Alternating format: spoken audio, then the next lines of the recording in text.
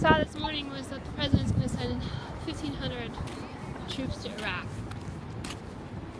And maybe he's feeling sort of somewhat remorseful about one of his most recent decisions that I don't like. Right? Of course, he knew what kind of reaction he was going to get from me.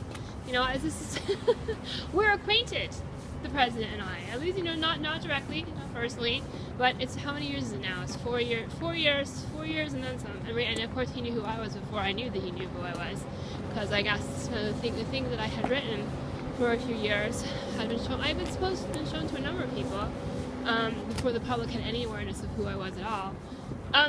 So, you know, I mean, I think he probably was prepared for me to get upset, and so now he's what? Let's hope she's a nice lady.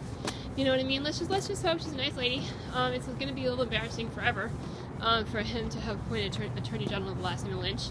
But you know, I mean, thank God it wasn't my decision, and I'm not the president. You know. But here's the thing: 1,500 troops to Iraq. Well, here's my question though: is like how many troops are actually needed? You know, is it 1,000? Is it 2,000? You know what I mean? You know, and the thing is, again, it's like this everything about code hamstrings people for normal behavior, right? I mean, is that the right word to use? Everyone's hamstrung. Really, you know, which is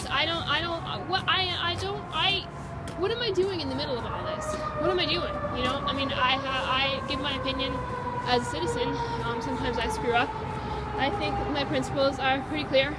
Although, you know, I'm going through so much all the time that I don't always say things the way that I should say them. You know, but then again, this question over and over again, this code question, is what's the truth?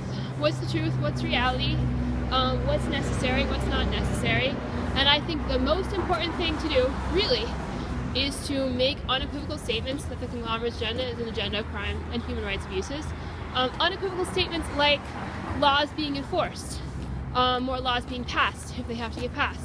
You know, I mean, and news stories that discuss that. You know, oh look, here's another law about child molesters.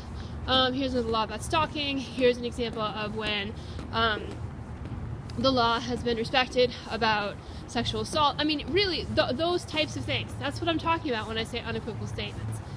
And I think there are not many times are issues so clearly delineated between right and wrong. But in this situation and the things the conglomerate does, it is.